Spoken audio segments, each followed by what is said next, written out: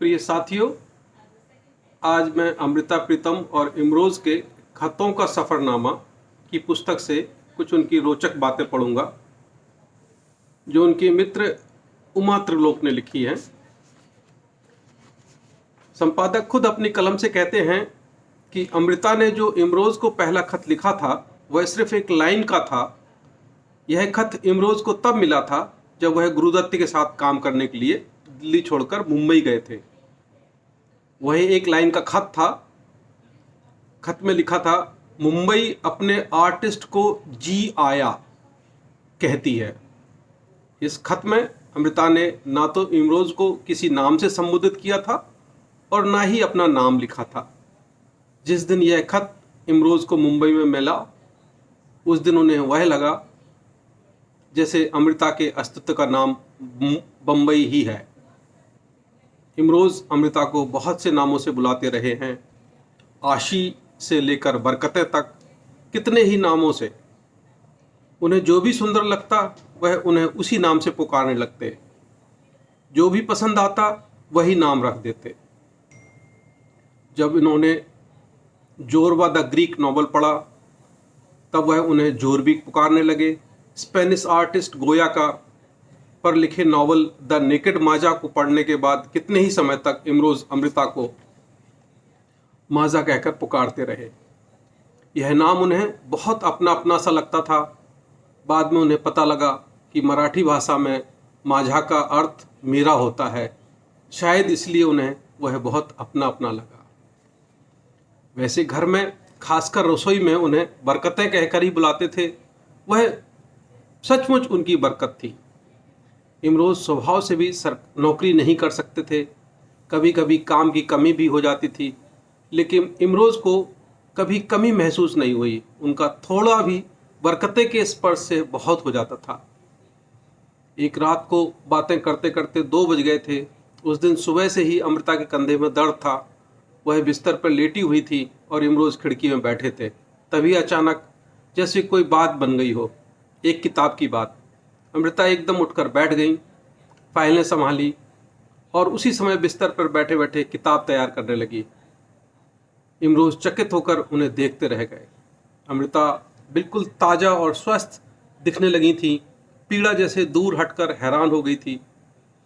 इमरोज़ हैरानी में उठे और चाय बनाने लगे। फिर चाय का प्याला अमृता के हाथ में थमाते हुए बोले, तुम किस पर गई हो?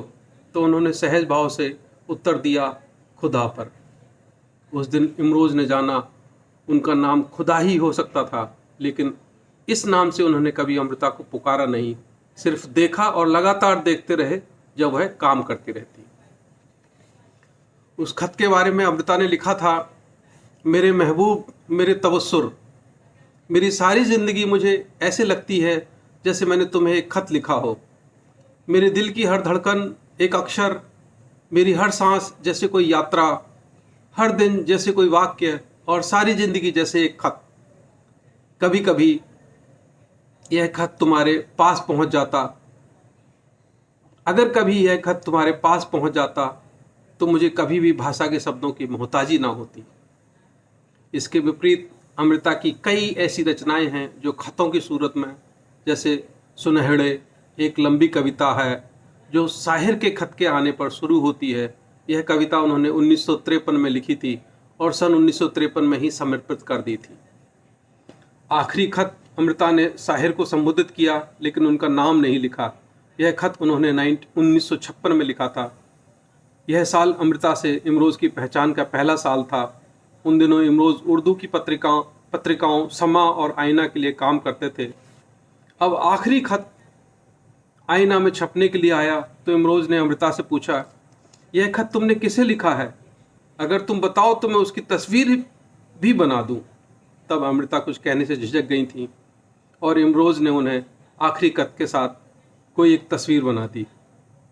कविता एक खत अमृता ने वर्तमान दशा की ओर से धरती के भविष्य के नाम के लिखी थी, जो उनके कविता संग्रह कागज़ और कैनवास में शामिल है। एक खत लेख अमृता ने अपनी बारिश का नाम लिखा, वह सफ़रनामा किताब में शामिल है। एक खत लिख तुम तमाम धरती, पढ़ तुम तमाम लोग, अमृता ने दुनिया के शासकों और वैज्ञानिकों के नाम लिखी थी। कविता अहमदनामा अहदनामा की एक खत है जिसमें अमृता ने कहा है कि अमन का एक अहदनामा, आओ दुनिया वालों दस्तखत करो। यह खत उन्होंने सितंबर 1965 में ताशकंद में हो रहे हिंद पाक के अहदनामों के अवसर पर लिखा था। कविता संग्रह में उसका नाम है मैं जमा हूँ। एक खत अमृता ने नवंबर 1965 में पाकिस्तान के नाम लिखा था, जो कि आरसी संग्राम अंक 1965, और नामा ए खुलूस लेख 10 फरवरी 1970 को पाकिस्तान के हम कलम दोस्तों के साथ लिखा था। ये सारे खत उनकी रचना के हिस्से हैं, इसलिए इस किताब में शामिल नहीं किए। अमृता की कविता साल मुबारक इमरोज़ के लिए एक खत थी, जो उनकी आपसी नाराज़गी के दौरान जनवरी 1961 में अमृता ने इमरोज़ को मुंबई भेजी थी। वह सिर्फ कविता थी, उसके साथ कोई खत नहीं था, यह कविता ही खत थी। अमृता ने अपनी कहानी रोशनी के हावका भी उसी महीने डाक द्वारा इमरोज़ को भेजी थी, जो उनके लिए एक खत थी। यह भी अमृता की रचनाओं के रूप में था, इसलिए यह खत भी यहाँ शामिल नहीं है। इस किताब में वही खत शामिल किए गए हैं जो सीधे डाक से उन्हें मिले और जो इमरोज़ ने सीधे अमृता को लिखे थे। यह बहुत कम लोग जानते हैं कि अमृता की ठंडे कोहरे जैसी पिछोह भरी जिंदगी इमरोज़ के आते ही गुलाबी हो गई। अमृता की शख्सियत के इर्द गिर्द जो सुनहरा रंग दिखाई देता रहा, वह इमरोज़ की प्यार की परछाई था। इमरोज़ के आते ही अमृता की कलम की चिंगारी शोला बन गई। इमरोज़ ही उनकी हिज्र भरी जिंदगी में रोशनी की किरण थे। अमृता ने यह कहने में कोई गुरेज नहीं किया कि उन्हें एक प्यार करने वाले की तलाश थी। इमरोज़ तक पहुंचते ही जैसे अमृता की प्यास को मुकाम मिल गया। अमृता अपने नॉवलों और कहानियों के किरदारों के जरिए अपनी इस विछोह को बयान करती रहीं, यहाँ तक कि एक दिन उन्होंने इमरोज़ से झूठ पूछ ही लिया कि क्या हर जन्म में सुंदरा का यही हश्र होगा। इसी वाक्य को बयान कर दिया। वह किस कदर उदास थी, परेशान थी। इमरोज़ ने फिर से अमृता के लिए एक जरखेज़ ज़मीन पर प्यार का एक सपना बुना, जहां वह फिर से प्यार का आशियाना बना सकती थी। अपनी ज़िंदगी के पिछले 45 सालों में अमृता ने इमरोज़ की मोहब्बत को भरपूर जिया और उसी प्यार की खुशबू में महकती रही। जब वो एक दूसरे से दूर गए, उन्होंने अपने खतों से इस मोहब्बत के चिराग को जलाए रखा। अमृता को जीने के लिए अपने पाठकों, आलोचकों और प्रशंसकों की वाह काफ़ी नहीं थी। उन्हें प्यार चाहिए था, उस शख्स का जिसे वह अपना रांझा या मिर्जा बना सकती थी। अमृता खुद प्रेम गीत लिखती रहीं, विरह गीत लिखती रहीं, अपने बंधु, अपने मितवा को बुलाती रहीं। अमृता जानती थी कि वह इमरोज़ की मनचाही थी, इसलिए फिर भी उन्हें अपना इमरोज़ से 7 साल बड़ा होना चुभता रहा। उन्हें यह बात कचोटती रही कि जब उन्हें प्यार मिला, उनकी ज़िंदगी की शाम हो चली थी। वह अपना बकाया ज़िंदगी इमरोज़ के साथ भरपूर जीना चाहती थी, जबकि इमरोज़ उन्हें अपनी उम्र को अपने प्यार के पैमाने से नापने को कहते, सालों से नहीं। अपनी विदेश यात्राओं के दौरान अमृता इमरोज़ को बहुत याद करती, चाहे वह समुद्र की लहरों जैसे देखते वक्त हो या फिर हेनरी मिलर की किताब पढ़ते वक्त। वह चाहती थी कि इमरोज़ उनके साथ हमेशा रहें। जब इमरोज़ उनके साथ नहीं होते हैं तो उनके साथ इमरोज़ की यादें होती।